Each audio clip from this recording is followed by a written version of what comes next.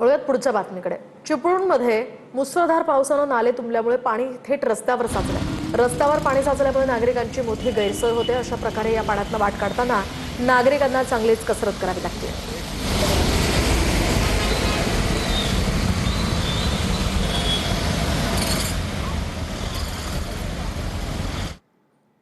आणि आता बातमी कल्याणमधून आहे।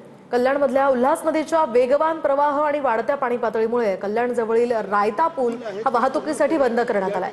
कल्याण तालुका पोलिसांनी पुलाच्या दोन्ही टोकांवर बॅरिकेड्स लावून वाहनांची ये-जा रोखली आहे। याचाच आढावा घेतलाय आमच्या प्रतिनिधींनी। गेल्या 2 दिवसापासून रायगड व ठाणे जिल्ह्यामध्ये झालेल्या मुसळधार पावसामुळे उल्हास नदीची पाण्याची पातळी मोठ्या प्रमाणात वाढली आहे। मी सध्या उभा आहे बदलापूरवरून कल्याणच्या दिशेने वेगाने वाहत येणाऱ्या उल्हास नदी रायत्या पूल या ठिकाणी मी उभा आहे आणि आपण पाहू शकता या ठिकाणी प्रचंड वेगाने अशी उल्हास नदी जी आहे ती वाहताना पाहायला मिळत आहेत। एकंदरीत आपण पाहायला गेलं तर गेल्या दोन ते 3 दिवसापासून रायगड आणि ठाणे जिल्ह्यात जो मुसळधार पाऊस झाला त्यामुळे नदीची पाण्याची पातळीमध्ये प्रचंड वाढ या ठिकाणी झालेली आहे।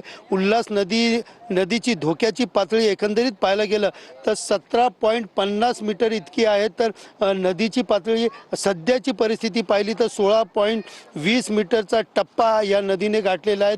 जे उल्हास नदी आहे ती उल्हास नदी आपल्या धोक्याच्या पातळीच्या वर वाहत असल्याचा अंदाज देखील वर्तवला जात आहे। कॅमेरा पर्सन गणेश राहटेसह सुनील जाधव, TV9 मराठी, कल्याण।